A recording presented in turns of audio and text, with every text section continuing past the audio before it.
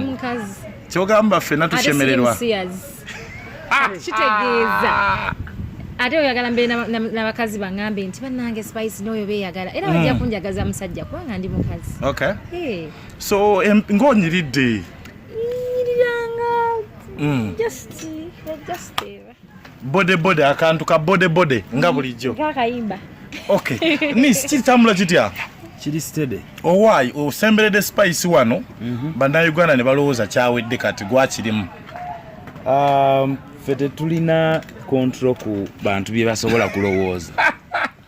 Tulina control ku bye tusobola kubeera. Okay. So kakati tubeera bwe tuli bo ne balowooza nga nabo bwe balina olowooza.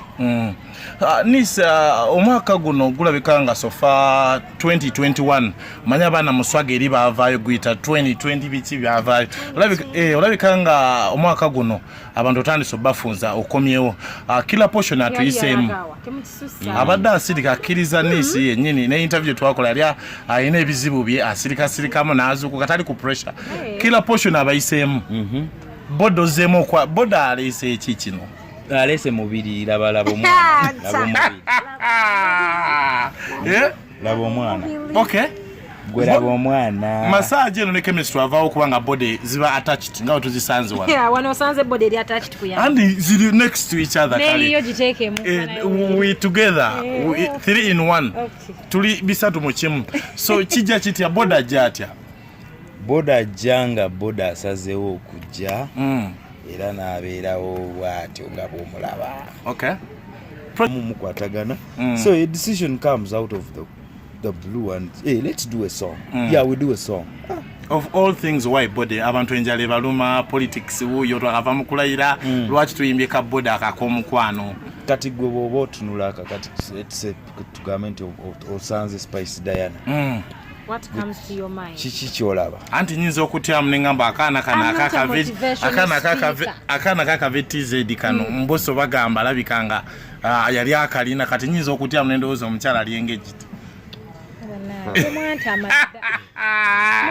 ate tugumanye omuntu omu ne mumwagaza abantu mutwalo ngaani yenna like ate mboso wati ono wati ono nange oba otyambuza ki ekyo like seriously for sure abantu muleka abantu babeere wendi bankede ne bagamba nti no nekibagamba nti myself nti banange it's like this I'm going out with so and so then believe that ne mukulowooza mbu buli muntu gwokola naye buli muntu gwasociatinga naye nga musajja oba omwagala oba banange nze sometimes binnumya n'omutwe I don't get it suubirayo bulala bungi 10 tukyasobola okukwatagana ntudda mu bode wavaako ntudda ku touch kwatagana dda by the way just nti ibadde project yaffe so kuba out badde ne Henry for some time I've known him for some time tukoze n'ennyimba ndala besides this one we mumanyi so ndiza nnyo ali ku nkola video akanyumiro kafaako ku program ekigunda obulizi lujja ne muganda wange DJ Mugi so mu mbeera eno tutambula wiki ewedde twalina zizabafana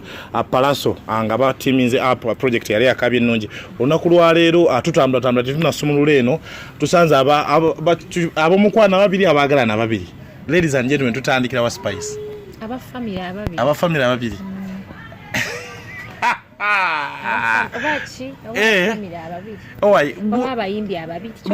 lwaki Spice buli obeera okumpi n'omulenzi abantu balowooza kiwedde oli kakyala kalungi oli kakyala kamu kyogamba ffenna tushemererwa kitegeeza ate oyagala mbe n'abakazi bangambe nti bannange Spice n'oyo beeyagala era bajja kunjagaza musajja kubanga ndi mukazi okay so ng'onyiridde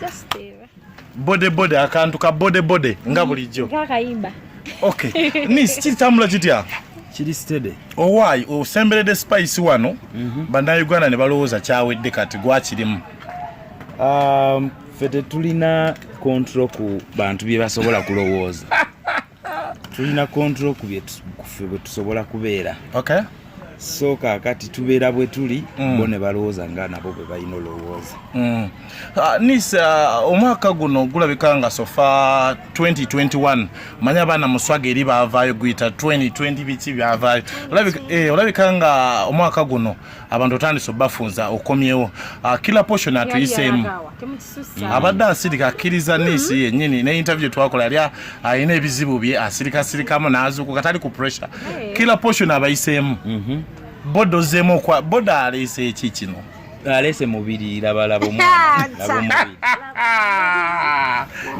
laba omwana okay gwe laba omwana massage eno ne chemistry avaawo kubanga body ziba attached nga tuzisanze wano yeah wano osanze body eri attached ku yange and ziri next to each other kali yo giteekemu we together 3 in 1 tuli bisatu mu kimu so kijja kitya boda jatya boda janga boda asazeewo okujja era n'abeerawo bw'atyo nga bw'omulaba okay project eno nga nnungi nnyo tukwatagana tutya era ekirowoozo kiva kuba nsubira mbadde mweraba of course nga abantu mbadde mwesi tuli bamukwana tuli friends so along the way let's do a song boom we do a song okay nze siribeera na bigambo ebyo bingi bantu bye balimbalimba akati omanyi lumu twali awo ne baforginga bu story no Vibe muntu nga muli bantu bawamu mukwatagana so a decision comes out of the blue and hey let's do a song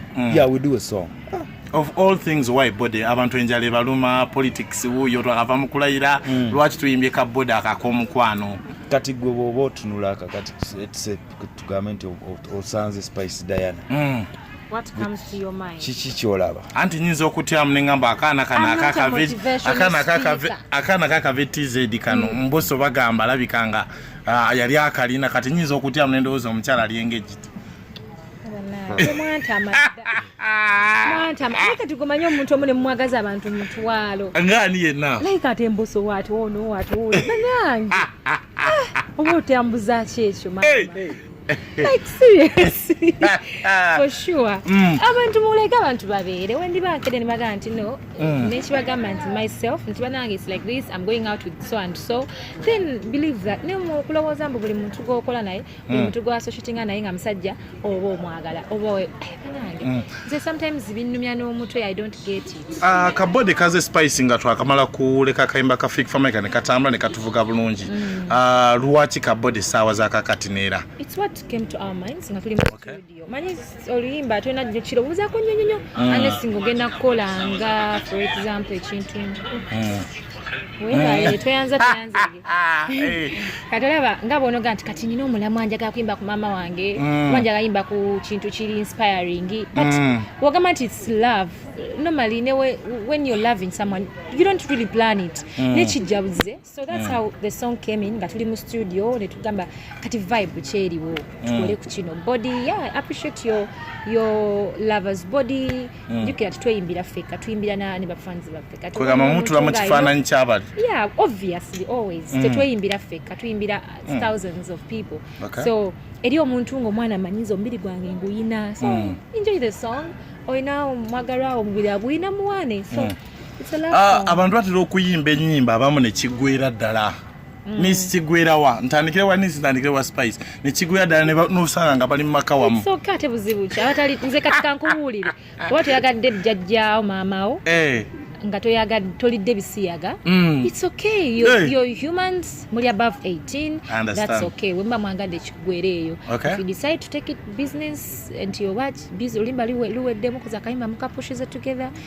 that's life okay understand Nince ennaku zino abantu badde bakola nnyo music n'akola however collabo wekola abamu n'atayagala jimba namune should we see you in Spice nga performances totera nnyo genda ku shows nga nawe mwekwatiddemu ekintu bwe kivuga akisinzira ku nkwatagana yammwe okay olaba abantu emirundi egisinga so na wim muwesanga mukozi oluyimba okay now bulumala okukola ne lujja ne lukwata now the business perspective eyingiramu okay so we have a show katulina oku performing okay then kakati awo ezo tactics nezitandika okujja in play okay so ate nange nashe yange eriya so kakati then so the payment okitegeera ebyo ndowooza bebisinga okuleetera abantu obuzibu nti naye bwe mukwatagana bwe mubanga mulina enkwatagana so then buli kimu kikola kimu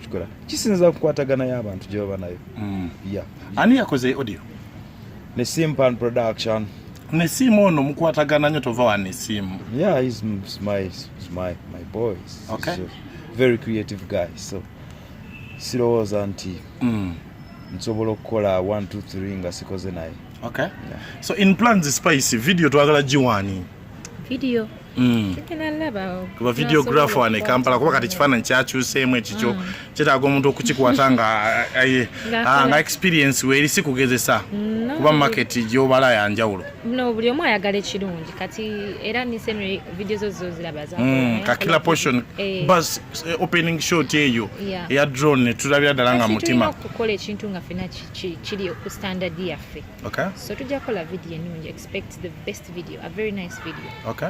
So tetumanyi for now tuli planning nga tulina we tulowoozaako tukole nani but tugenda kuba tukimaliriza. Okay. Because we want to release it soon. YouTube abamu bakola kayima ne kakuba YouTube tuteeka wa spice tuteeka wa Nince. This is what happens. Okay. YouTube in a segment of jebaita licensing. So what do? You license a song. So sobola kubera ku channel zombi. It's a collab. Then revenue chitya. Revenue, it's okay. It's okay. Ebyo tewaliwo ate n'ekirala kati ebyo bikwata kuffe nze ne Spice kati mwebyo tebibakwatako ani afuna mu luyimba ngeri etya mwebyo tebibakwatako mu munyumirwe luyimba. I think it's not a problem. Ekikucha bonna olimba weeruli. Okay. So nga tuwunzika bannayuganda tugenda kukuba kamu nga kambuzi oba tusuubirayo bulala bungi 10 tukyasobola okukwatagana ntudda mu bode wavaako ntedda ku touch kwatagana dda by the way just nti ibadde project yaffe so kuba out. Badde ne Nince for some time. I've known him for some time tukoze n'ennyimba ndala besides this one we mumanyi so tomanya goma ennyimba ziri 10 nnyimba 10 bala manya nti esigadde 9 mwaka mogolako lumu. Yes. Emogolo. Yes.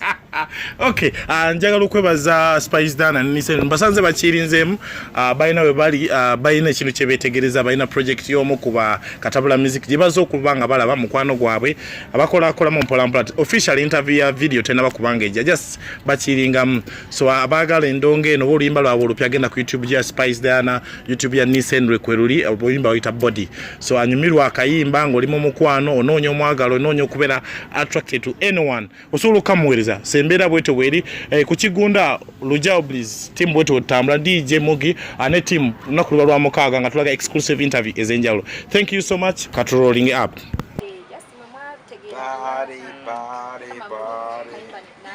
Nakata era kali out video yaddi video naye tugenda video yaddi Nince nakugambye spokesperson ali wana atobuuza nze yabikwasa Diana video yaddi video tugenda jibawa mbeba gumiikiriza very soon kati muze wano kuwugako tulaba swimming ndi ku video shoot abadde azze kubeerawo munnange omanyi buli kimu kyakwebeerera omwana eno person aina personality eri engonvu ayanguyira buli omu.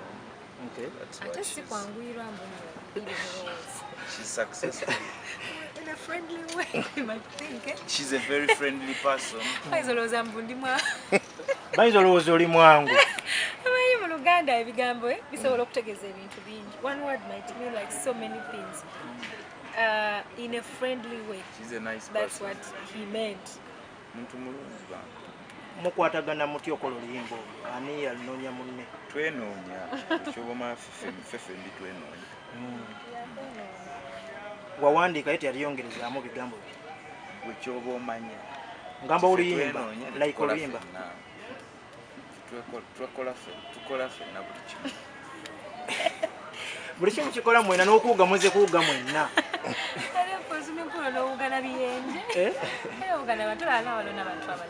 Nince n'okuwuga muwuga mwenna kale katubaleke munyumirwe olunaku lwammwe n'abantu mugende namwe